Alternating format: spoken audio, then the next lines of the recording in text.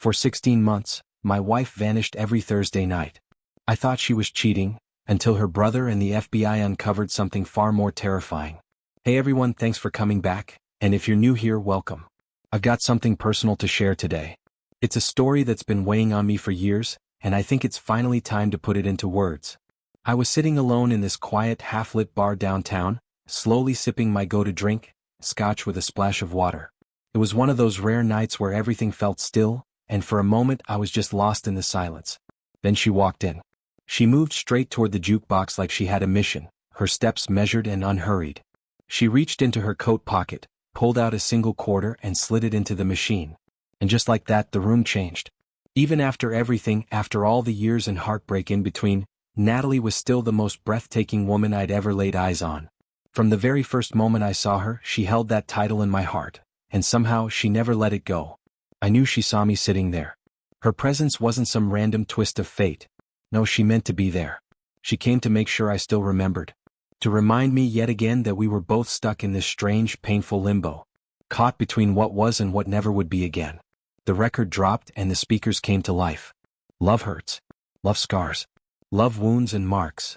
The lyrics spilled into the room like smoke, thick and suffocating, dragging me back in time. Back to the beginning of all of it. To the day I first realized that someone, maybe more than one person, had carefully set things in motion. A plan that almost tore my life apart. A plan meant to break up my marriage. And for a time it nearly did.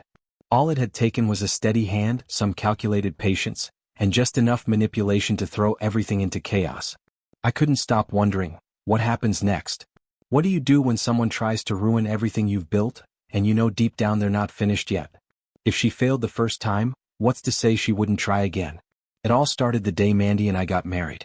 Her full name is Joanna Mandy, though everyone's called her Mandy since she was a little girl. I met her not long after I began teaching at Lincoln High.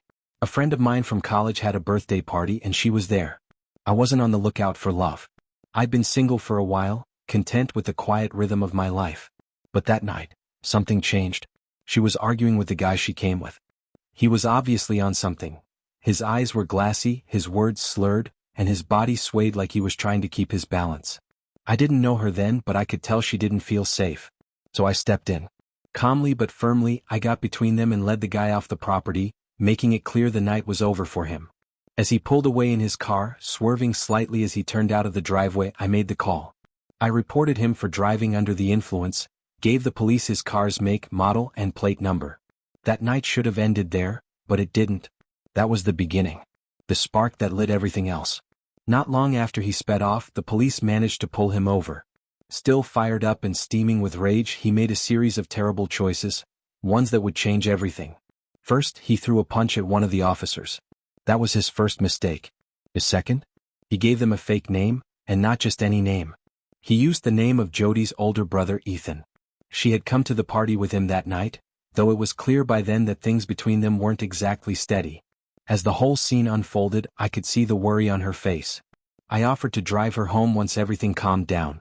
She hesitated at first, then looked at me and asked, "What about your date?" I told her the truth. I came solo. Student loans had me too buried to even think about dinner and drinks with anyone. She laughed, soft and a little surprised, and said, "Yeah, sure." But she still got in the car. That ride home was quiet but not awkward. More like we both needed time to breathe. When we pulled up to her house, there was a man standing on the porch. Tall, built like he walked out of a training manual, arms crossed and eyes sharp. It was Ethan, her real brother, and as it turned out, a detective with the city police. Word had already gotten to him about the arrest, and he wasn't about to let his little sister come home alone after that mess. At the time, I didn't know who he was. Just that he seemed fiercely protective. I respected that. We nodded at each other and I said goodnight. Back in the bar, the jukebox didn't miss a beat. Now it was playing, "Any Heart Not Tough or Strong Enough to Take a Lot of Pain." I knew that wasn't random. Natalie, she had chosen that song on purpose. Her way of digging under the surface, trying to make me confront everything I'd been trying to push down. The broken promises, the silent nights, the excuses that never quite made sense. But instead of helping me let go, the lyrics just pulled me deeper into the past. I remembered that night so clearly, how after we dropped her off, Ethan pulled me aside like a seasoned cop sizing up a new recruit. He wasn't rude, just direct. Wanted to know who I was, what I did, and what my intentions were. He didn't come out and say it, but I could tell he was testing me, making sure I was someone his sister could trust. I must have passed the test because the very next evening Jody surprised me. She showed up at the high school gym where I coached basketball, sitting quietly in the bleachers next to her parents. Our team was falling apart that night, mostly because two of my starters were more interested in fighting over the same cheerleader than actually playing ball. I benched them halfway through the second quarter. They never went back in and we lost by nearly 20 points. By the end of the game, both of their seasons were done. After the final buzzer, I heard a gruff voice behind me say, "You made the right call." It was Jody's father. He looked me square in the eye and added, "No room for selfishness in a team. They did that to themselves." He had that same no-nonsense presence her brother did. That moment stuck with me. The next afternoon, Jody asked if I wanted to grab lunch. That was it. That was where it all really began. Just two people trying to find something real in a world full of distractions. Months later. Eventually, I sat down with her father and asked him the question that had been burning in my heart for months. I told him I wanted to marry his daughter. Without even pausing, he gave me his blessing. No hesitation. Just a firm handshake and a quiet, "Take care of her." Back in the bar, the jukebox rolled on, crackling with old vinyl soul. "Takes a lot of pain, love is like a cloud, holds a lot of rain." Those lyrics hung in the air like truth whispered straight to the heart. I don't think I'd ever heard truer words. Every day at school, I watched young couples walking the hallways, hands held, eyes shining with that early rush of something new. Hopeful. They had no idea how heavy love can become over time, how easily it can slip from something pure into something painfully complicated. They reminded me of who Jody and I had once been, before everything changed. And then, there was Patricia Robertson. Pat was Jody's supervisor at the Blue Cross Data Processing Center, where Jody had worked faithfully for a decade. Pat had been a guest at our wedding, which surprised me back then, considering she'd only been working with Jody for about 3 of those years. From the very first moment I was introduced to her, I could tell she didn't think much of me. There was something in the way she looked at me, cold, calculated, and her smile, though polite, never reached her eyes. It was the kind of smile people wear when they're sizing you up but pretending not to. It took years, literal years, before I began to understand why. At work functions, company barbecues, holiday parties, I started piecing it together through offhand comments, long stares, and the stories shared in hushed tones. Pat didn't just disapprove of me. She believed Jody had married the wrong man. In her mind, the right man was her son Matthew. Now Matt, he was smart. No one could deny that. He was one of those genius-level programmers who lived and breathed lines of code. Financially stable, owned a house by the time he was 28, never missed a day of work. But he was also quiet, socially awkward to the point where conversations with him felt like walking through a maze blindfolded. Brilliant, yes, but dull as drywall outside of his world of wires and algorithms. To Pat, Jody wasn't just a good match for Matt, she was essential. She saw Jody as the missing piece, the perfect wife to complete her vision of her son's future. And when Jody and I welcomed our daughters into the world, 2 beautiful girls born just 2 years apart, that's when Pat's obsession reached a new level. In her twisted view, those children weren't supposed to be mine. They should have been Matt's. That was the moment everything shifted. That was when Pat decided my marriage needed to end. She wasn't the type of woman to let go of something once she set her sights on it. And worse still, she had a history, a dark one. Pat had already left 3 marriages in ruins, each ending with her ex-husbands emotionally gutted and financially wrecked, while she walked away richer every time. She knew how to manipulate. She knew how to destroy. And she never, ever backed down from something she wanted. She was dangerous. And now she was focused on us. As the final lines of Nazareth's "Love Hurts" poured out through the speakers, "Love hurts, yes, love hurts," I felt a chill crawl up my spine. It wasn't the kind of hurt that comes from 2 people growing apart. No, this was the pain that comes when someone on the outside refuses to accept reality. When someone else's delusions rip through something sacred. And now here I was, back in that bar, watching Jody from across the room. One question kept echoing in my mind like a drumbeat I couldn't ignore. How was I supposed to stop Patricia Robertson before she made another move? Because if there was one thing I'd learned over the years, it was this: Pat didn't quit.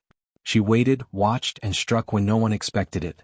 To most people who knew even a fraction of her past, Pat was the kind of woman you didn't cross. There was something quietly threatening about her, like a storm gathering strength just beyond the horizon.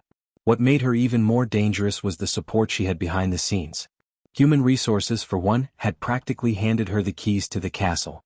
They'd promoted her to assistant administration manager, a position that gave her reach and authority far beyond what most would ever realize. And as part of that promotion, she was granted the power to handpick her own replacement as sectional supervisor. Of course, she chose Jody. At first, it looked like a generous career opportunity, a mentor passing the torch. But in reality, it was the beginning of her next play.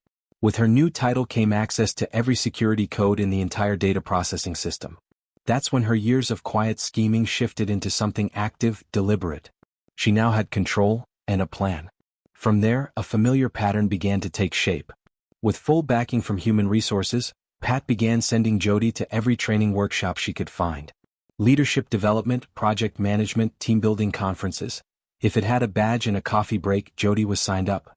Pat even pushed her toward online certifications and night courses, constantly reminding her that she had the potential to move up fast. To the outside world, it looked like support, encouragement. But I could see what it really was, a wedge. Pat believed that by piling on these opportunities, she could drive distance between Jody and me. More time at work, more mental exhaustion, more time away from the girls. Less time for family. Less time for us. Pat had once sarcastically called our life, that quaint domestic setup. Like she was laughing at the very idea that a woman could be ambitious and still choose her family too. But here's the twist she didn't see coming. Jody loved it. She was energized, inspired, hopeful. She threw herself into every class, every new challenge with a kind of passion I hadn't seen in a long time. And I was proud of her. Truly. Instead of cracking our marriage, it only deepened our respect for each other. That infuriated Pat. She had banked on me reacting like a threatened husband, fragile and insecure. But she didn't understand that I'd built my career on encouraging growth. I was a high school teacher, for crying out loud. Supporting others in their education wasn't just part of my job, it was part of who I was. Still, Pat didn't stop. She introduced a new internal policy, a now infamous meeting scheduled every Thursday night, mandatory for all sectional supervisors. For Jody, that meant another night away from home. But she wasn't alone. Blue Cross's data center had mostly female staff, and with 4 section heads on each floor, 16 women suddenly found their Thursday evenings swallowed up by last-minute work.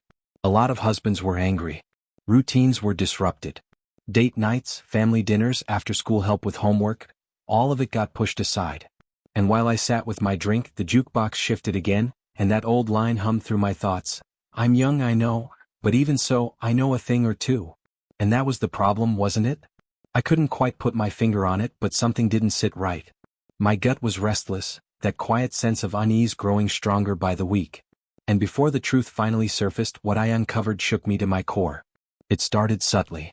Casual conversations with other husbands, small talk at community events, during school pickups, or in passing at the grocery store. Slowly, puzzle pieces began falling into place. We realized we weren't alone. All of us, husbands of women in those Thursday night mandatory meetings, were facing the same slow erosion of our home lives. Family dinners skipped. Bedtime routines rearranged. Time lost that we couldn't get back. That's when we decided to form a sort of informal group. Nothing official, just a few dads connecting over something that felt off. And we all shared the same suspicion. Patricia Robertson was pulling strings, and this had nothing to do with productivity or corporate structure. No, this felt personal. And then everything changed. One Thursday evening, as I was finishing up dishes, there was a knock at my door. It was Trevor, one of the guys from our group. He looked exhausted, drained, and on edge. He asked if I could keep an eye on his kids for a couple of hours.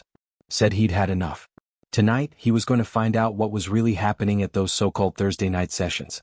A little after 8 p.m., Trevor pulled into the Blue Cross data center lot. But something was wrong. The place was dark. The parking lot was completely empty, not a single car in sight. Confused and quickly growing suspicious, he walked up to the front doors and knocked. No response. He knocked louder, harder. Still nothing. Eventually, his banging brought out the building's security staff. At first, they were on high alert, prepared to detain him, mistaking his frustration for aggression. But when he explained why he was there, that his wife had been attending mandatory Thursday night management meetings for the last 16 months, their demeanor shifted. That's when the real truth unraveled. There were no meetings. There never had been. He asked them directly, "Are you saying all this time she's been lying to me?" Security, now taking him seriously, pulled up the digital access logs. Every employee's sign-in and sign-out times were recorded like clockwork. They found his wife's records, Clear and consistent entries, each one showing her checking out early every Thursday, sometimes as early as 5:45 p.m. Trevor stood there stunned as they printed out the timestamp report. But he didn't leave it at that. Smart guy that he is, he kept his phone recording the entire interaction. By the time the meeting was supposedly wrapping up and the women were returning home, every single husband in our group had received the audio file and a snapshot of the evidence via text. 16 months of deception, all laid bare in a matter of minutes. As angry as we were, we made a pact then and there. No confrontations. Not yet. We needed to gather more details, more proof, more understanding.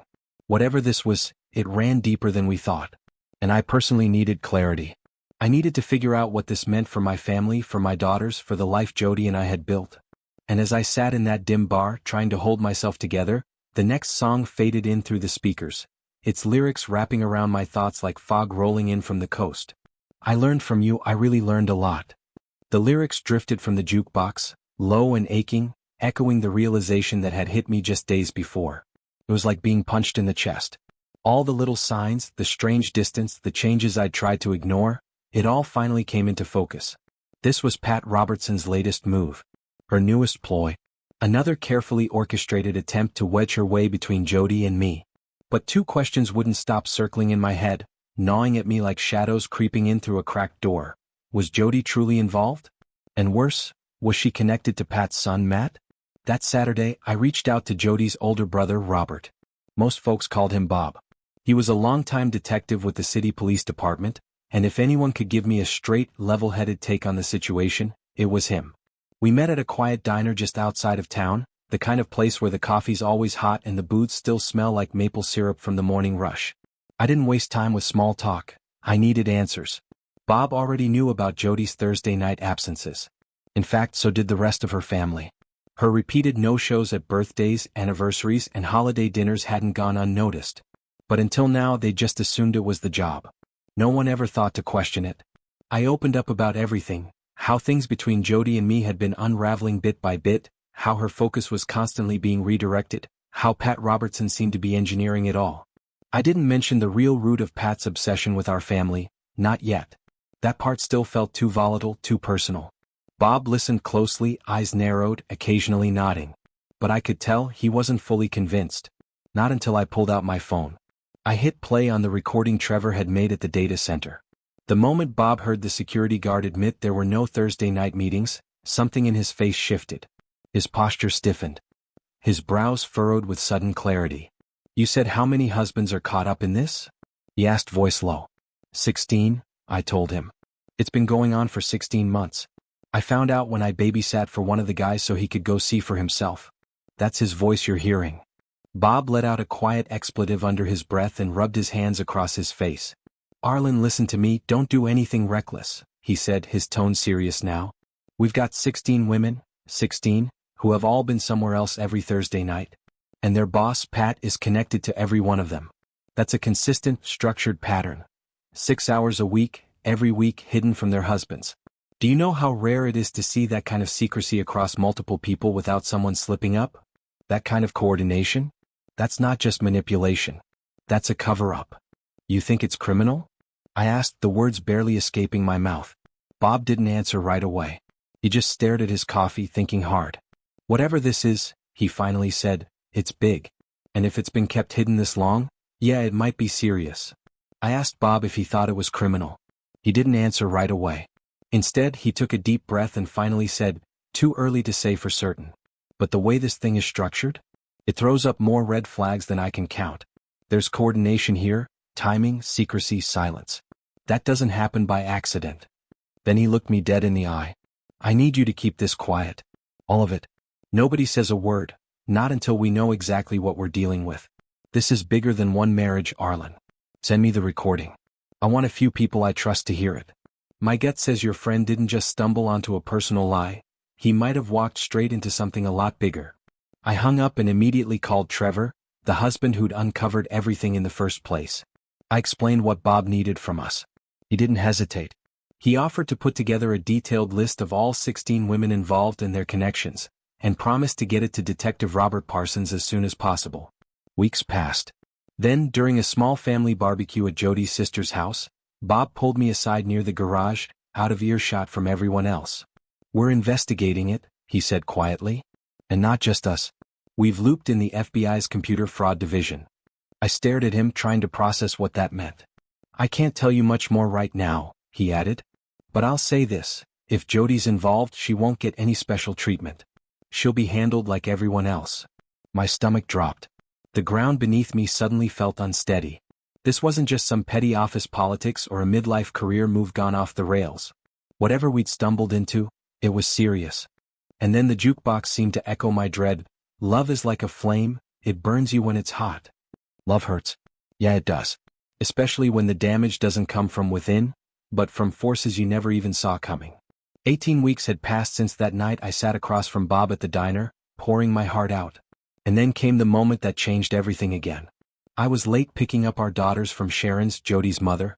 I'd been caught up in a difficult meeting with the parents of a troubled student, a situation that demanded more of my time than I'd planned. I called ahead, apologized, and said I'd be there as soon as I could. Now let me tell you something about Sharon. She's an absolute gem. A saint, really. She'd stepped in as our go-to babysitter after Jody went back to work from maternity leave. And she never once asked for a dime. But we insisted. We paid her $1,000 a month to care for both girls, and it was the best investment I ever made. Peace of mind like that? Priceless. I was rushing, too fast if I'm being honest. Light turned yellow and I gunned it. But a truck waiting on the cross street must have jumped the red, trying to beat the change. He caught me broadside, driver's side, full force. Next thing I knew, there were sirens. People shouting. I couldn't move. My ears were ringing, everything felt slow. Paramedics worked quickly, cutting me out, strapping me to a stretcher. I was in and out of consciousness as they wheeled me into the back of the ambulance. All I could think about in that moment were my daughters. And Jody. As they loaded me into the ambulance, I turned to the officer beside me and asked for one favor. "Please, call Detective Robert Parsons. Tell him I won't be able to pick up my daughters. He'll know what to do. And call Sharon, my mother-in-law. She's watching them." What hadn't even crossed my mind in all the panic was that it was Thursday night. When Bob got the call about the accident, he immediately tried to reach Jody. Straight to voicemail. He called again. Nothing. Then he rang their mother, Sharon, who was still waiting at home with our girls, wondering where we both were. Bob didn't waste a second. Something about the timing felt wrong, too coincidental. He quickly pulled together a small team and made a direct call to a judge for an emergency warrant. With everything already under investigation, it didn't take long. Within the hour, Bob and his team were knocking on Patricia Robertson's door. What they found in the basement of her suburban home would later be described in the news as a fully functional mini data lab. But in reality, it was a hub for white-collar crime. Pat, along with her son Matt, had built a discreet yet powerful skimming operation. Using the internal security access she still retained from her previous position, and the code she'd never been instructed to surrender, she set up a process to quietly divert money from hospital billing systems. Just a few bucks here and there, masked as processing fees, administrative add-ons, minor coding adjustments. 16 women, all of them the same ones attending those mysterious Thursday night meetings, were involved. Some had been looped in knowingly. Others, it appeared, may have simply been following instructions without ever realizing what they were a part of. But over 16 months, those small amounts turned into something staggering. The fraud had grown into a multi-million-dollar embezzlement scheme before Blue Cross's audit department even noticed a discrepancy. But once they flagged it, they alerted federal authorities. It wasn't long before the FBI moved in, raiding the corporate office with full force. As the details poured out, one chilling truth emerged. Pat had been transferring the collected funds to a shadow account every day. Once a month, that account quietly funneled the money into an offshore bank, completely off the books. But even with all this unraveling, computers seized, data tracked, staff being interrogated, Bob had just one question ringing in his ears. Where was my sister? The feds didn't have her. She wasn't at the office. She wasn't at home. And she wasn't answering her phone. Bob demanded answers. After questioning several employees, some of whom had seemed genuinely confused, he finally got a lead. Jody hadn't been attending any meetings. Not really. For over a year, every Thursday night, she'd been spending her time at Matt Robertson's house, teaching him. It was described as social coaching, though no one knew exactly what that entailed. Matt had always been intelligent but deeply awkward in personal interactions. Jody, who had experience with youth and developmental learning through volunteer work, had apparently agreed to help him build confidence and improve communication. But what made it stranger was that she had refused overtime from the start. She'd never wanted the long hours, the management path that Pat kept pushing her toward. And Pat, sensing that resistance, had redirected her into something far more personal, keeping her close to Matt. What started as tutoring became routine. From the very beginning, Jody had felt that something about the whole arrangement wasn't right. She couldn't quite explain it, but there were signs, little details that didn't add up. The hush-hush nature of the meetings, the strange way Pat would dodge certain questions, and the discomfort that came from being told to keep things off the books. To maintain the illusion, Pat had cleverly granted modest performance-based raises to each of the women involved. These increases were framed as compensation for the extra hours being put in, hours that, in reality, were never officially recorded. It was just enough to keep them from asking questions. Not one of them suspected that their names were being used to help cover up a large-scale fraud. As for Jody, she'd been backed into a corner. Pat made it clear, either she cooperated or she could find work elsewhere. Teaching Matt was presented as a favor, something that could lead to future advancement. But in truth, it was a way to keep Jody within reach, wrapped up in just enough complicity that she couldn't speak out. For over a year, she spent Thursday evenings coaching Matt in basic social interaction. How to carry a conversation, how to read expressions, how to behave in public settings. That particular night, they had taken things a step further. Matt, a longtime member at a private golf club, had invited her to join him for dinner and dancing. Not a date, at least not in Jody's mind. Just part of the curriculum, so to speak.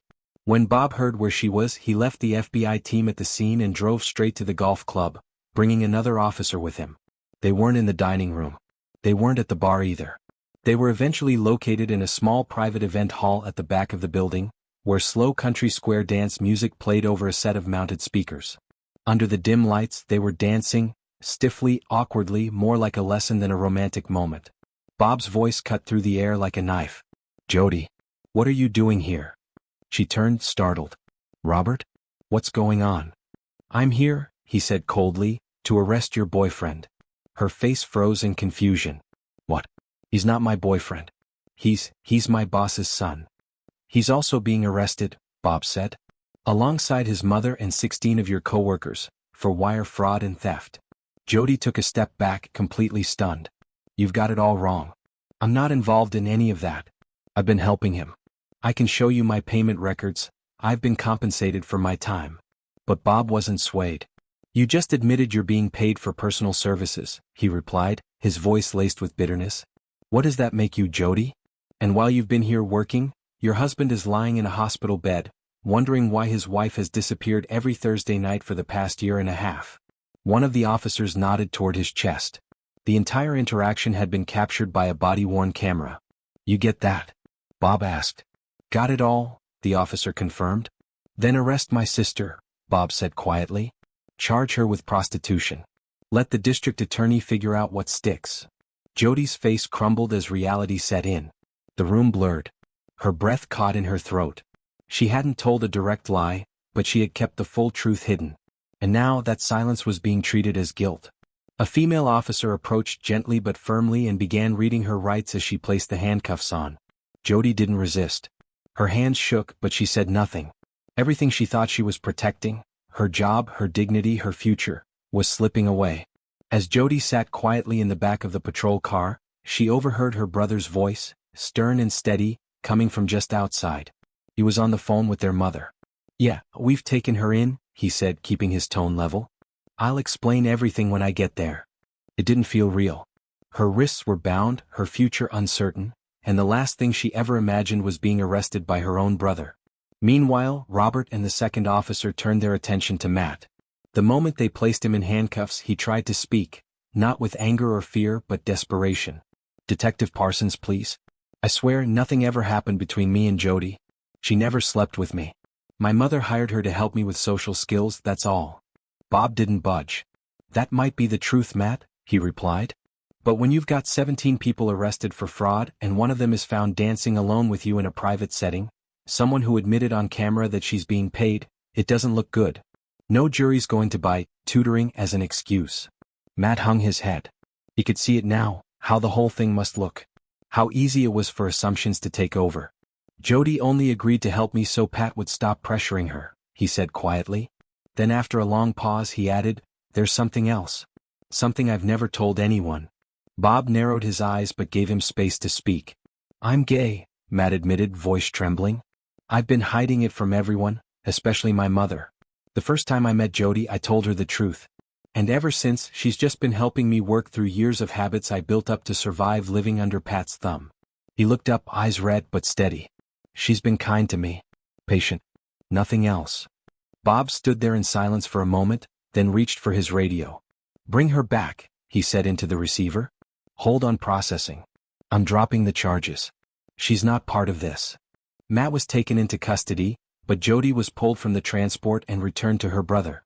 Later that night, Bob stood in the living room of his childhood home, explaining the events to his mother, Sharon. She sat still for a moment, quiet, taking it all in. Then she asked the question that neither of them could avoid. "But how will Arlen react?" Bob rubbed a hand over his face and sighed. "I don't know, Mom. I'm heading to the hospital now to tell him everything. But if I were in his shoes, I honestly don't know if I could stay. Not after what she's put him through." When he arrived at my hospital room, I was already sitting up, groggy from pain meds but alert enough to catch the seriousness in his eyes. Bob laid it all out, everything. The skimming operation, the false accusations, Matt's secret, and the fact that Jody had never physically cheated but had concealed the truth for months. I sat in silence, my mind spinning. My heart wanted to trust, but my head wouldn't let me. "Is there any way to verify what Matt said?" I finally asked. "I mean, until I know for sure that he's telling the truth, how can I believe what Jody says? After everything she's hidden?" Bob shook his head slowly. "We'll do what we can. But right now, all I've got is her word and his." The room felt cold, isolated. A song drifted softly from a speaker nearby, Nazareth again. Some fools think of happiness, blissfulness, togetherness. I closed my eyes, letting the words settle over me like dust on old memories. Some fools fool themselves, I guess. They're not fooling me. I was standing at the edge of something. In limbo. Wanting to believe her. Needing proof. Because I'd already been fooled once. Across the room our eyes met. Jody stood near the doorway, her expression pained, her voice barely a whisper. "I didn't have an affair with Matt," she said. I clenched my jaw. The ache in my chest wasn't from the accident. "You might not have had an affair," I said, my voice cold, "but you lied." I needed more than words, I needed proof. The month that followed was the longest of my life. Everything felt like it was hanging by a thread. The investigation was active, the trials hadn't started yet, and we were all living in a strange space between truth and speculation. Jody and our daughters moved in with her mother during that time. We both needed space. I needed time to think, to breathe, to decide whether the damage could be undone. Meanwhile, Blue Cross quietly terminated all 16 section supervisors. None of them were officially charged, but the company cited a breach of internal trust as their reason for letting them go.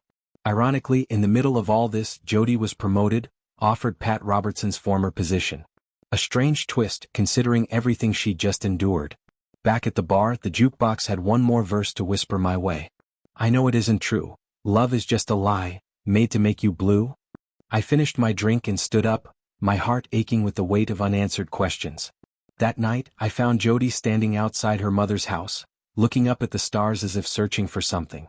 "I hope Matt's boyfriend comes forward," I told her quietly, "because I still want to believe you. But I can't move forward without something to hold on to. I need a reason to trust again." Tears welled up in her eyes, sliding down her cheeks as I turned and walked away. The next afternoon, I was finishing up my last class when one of the parents from my school knocked softly on the classroom door. He waited until the students had left, then stepped inside. "I need to speak with you," he said, his voice low, filled with tension and guilt. "Privately." We sat down and he began explaining.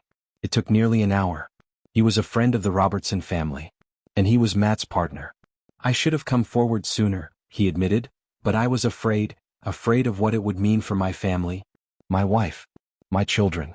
But when Matt told me how much pain this had caused you and your wife, I knew I couldn't stay silent any longer. You needed proof. This is it." He asked that I keep his name out of it, for obvious reasons, and I agreed. His personal life was already on a razor's edge. But the weight of his confession hit me hard. It gave me something I hadn't felt in months, clarity. My heart raced as I left the school, barely able to contain my emotions. I jumped in my car and drove straight to the nearest jewelry store. Then, ring in hand, I made my way to Jody's parents' house. When her father opened the door, he smiled wide and pulled me in for a hug. "You know you don't have to knock," he said. "You're always welcome here." Inside, Jody was in the kitchen helping her mother prepare dinner. When she turned around and saw me standing there, she froze. Her eyes went wide with surprise, uncertain, hopeful. I took a deep breath, walked over, and dropped to one knee. Her hands flew to her mouth. "I know we're still legally married," I said, "but I've been thinking. Maybe what we need isn't just forgiveness. Maybe we need a new beginning. A clean page. Would you be willing to renew our vows? To start over, with everything on the table this time?" Her face crumbled with emotion. She nodded, tears of joy streaming freely now. Her arms wrapped around me, and in that moment, it felt like, for the first time in a long while, we had something real again. Not perfect, but real. Dear readers, I'd love to hear your thoughts. Have you ever been betrayed by omission instead of lies? Can love really recover after silence? Please share your experiences in the comments below, and if this story meant something to you, don't forget to like, share, and subscribe. Thanks for listening.